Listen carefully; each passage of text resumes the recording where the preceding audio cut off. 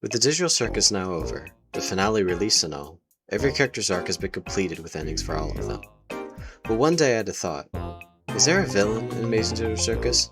Sure, not every character is perfect, many of them hurt themselves and those around them, but each character feels so human, and not like your traditional villain. So after doing some thinking, I believe that there is one villain when it comes to Digital Circus, and always has been from the beginning to the end of the show. So let me explain who and why. Now before I start, I need to explain the difference between an antagonist and a villain.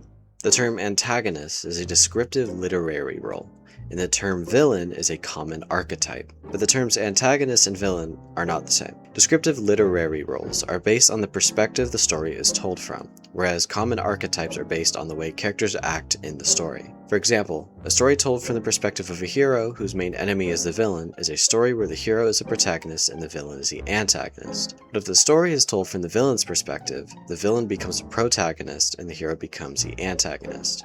But they both stay villain and hero, with the protagonist being the main character and the antagonist being a character who stands in their way. And there can also be more than one antagonist and more than one villain. Now with that out of the way, let's actually get into the topic of the video, starting with which qualities put characters into certain archetypes. In this video, we're going to be focusing on two specific character archetypes, the anti-hero and the villain.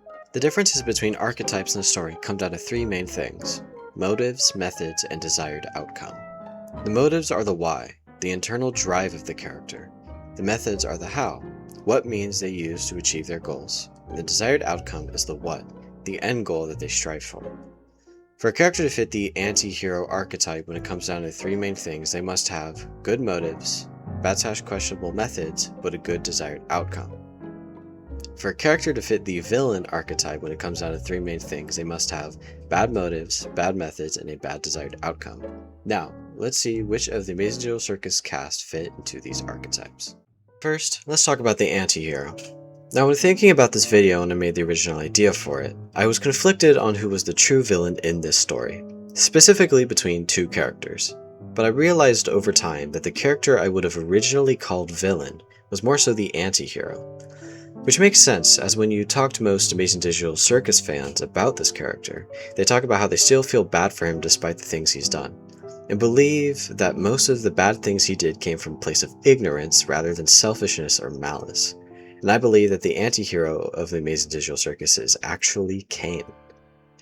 The reason why Cain serves as more of the anti-hero to the story rather than the villain comes down to intention. The main difference between an anti-hero and a villain is that the anti-hero has good intentions and desires a good outcome, but the villain desires the exact opposite. Throughout the series, Cain states many times that his main motivation is his love for the cast, but due to him being an AI, he doesn't understand the humans and seeks to brute force their love by pressuring them into adventures without taking in the whole picture, resulting in the cast's dislike of the adventures. As shown in episode 8, Cain struggles from jealousy and feelings of abandonment. This jealousy and feelings of betrayal turned into a strong desire to be loved by the humans. When they didn't reciprocate, he lashed out in pain in that same episode. But in episode 9, after being deleted and reinstated, he realizes that the humans were much more complex than he had realized, and had so much more to them that he had failed to see and understand. And so he decided to remove the blue AI from himself and let it be free, as well as apologizing to the cast for his past actions and giving them all much more control over the circus and what he created, therefore diminishing his power over the circus and the cast. Cain truly had good intentions throughout the series, but it wasn't until he reached his breaking point did he actually begin to do truly bad things. Even the voice actor for Cain stated that he believed Cain saying "wait" at the end of episode 8 wasn't him knowing that he was getting deleted, but him realizing that he went too far. Even then, he realized that everything he'd done was wrong and made up for it by not changing his goal or intentions, but by changing his methods of achieving those goals, resulting in him not being an anti-hero anymore by the end of the series. Even though he definitely acted as an antagonist to the cast, he never was the villain. So how does Cain's character qualities line up against that of the anti-hero? His motives are his love for the cast and desire for praise. His methods are not listening to the cast and forcing them or pressuring them to go on adventures. And his desired outcome is that he wants himself and the humans to be happy. They line up well, and his motives and desired outcome are both good, but the methods are bad, lining up with the anti-hero archetype. Now for the other archetype, the villain. When I originally thought of who was the villain, I had two people in mind, Kane, and one other person, as I said before. I couldn't quite decide until I watched episode 9, where my opinion on Kane changed, and I finally realized that Jax was the villain of the Amazing Digital Circus. The reason why Jax is the villain of Amazing Digital Circus is because when you think of what a villain truly is, it makes sense. A villain is described as an evil, malicious, or unprincipled person, meaning someone who lacks moral rules, ethical standards, or sense of right and wrong, who commits wicked deeds or breaks the law. This definition of a villain fits Jax pretty well. We learn about how he was abused by his mother and had an absentee father, and how his mother forced him into a mindset of hiding all of his vulnerabilities and true feelings, making it so that he gained the mentality of hiding his true self at the cost of himself and others around him. The direction that he chose to go was to put on a completely different personality and take out his feelings on others under the guise of the funny one. We see him torturing characters like Gangle, Ragatha, and Zubul, even to the point where Gangle is terrified of Jax in episode 6 because she didn't team up with him, showing signs of being an abuse victim. With Ribbit and Kaufmo, he pushed them both to abstract, essentially killing them, by berating Ribbit and completely shutting her out after telling her some of his true feelings despite her friendly reception. And how when Kaufmo needed a friend to help him not go insane about the exit, he just told him to enjoy being crazy, which led him to abstract.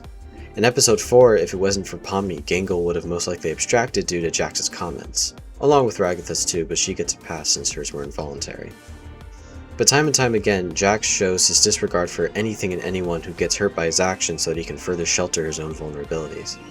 The show straight up hints at Jax being the villain. Sheen. What's your archetype then? The villain? Now, does this mean that Jax is a person who shouldn't be felt bad for and is a completely bad person? No. The show makes it a point to show how Jax is definitely a horrible person who hurts himself and others, but is still a person regardless. But that's what makes a compelling villain. A villain that is without a doubt a villain, but one that makes you almost if not completely understand why they got to the place they're at, even though it doesn't at all excuse what they do with their pain. Which is a sign of great writing by Gooseworks. Now, let's look at how Jax as a character lines up with the villain archetype. His motives are to avoid all true emotion and vulnerabilities. His methods are to hurt the cast and torture them as a means of emotional avoidance. And his desired outcome is to shut out any connection to his true self and his vulnerabilities. This lines up with the villain archetype, with his motives, methods, and desired outcome all being bad, with him hurting everyone around him as a selfish means of disassociation.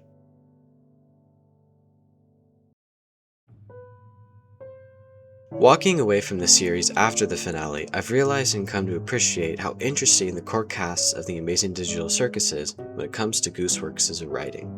The fact that characters like Kane and Jax, the two who have done the most amount of bad things, had the audience confused and debating on whether or not Jax and Kane are or were bad people, shows the nuance.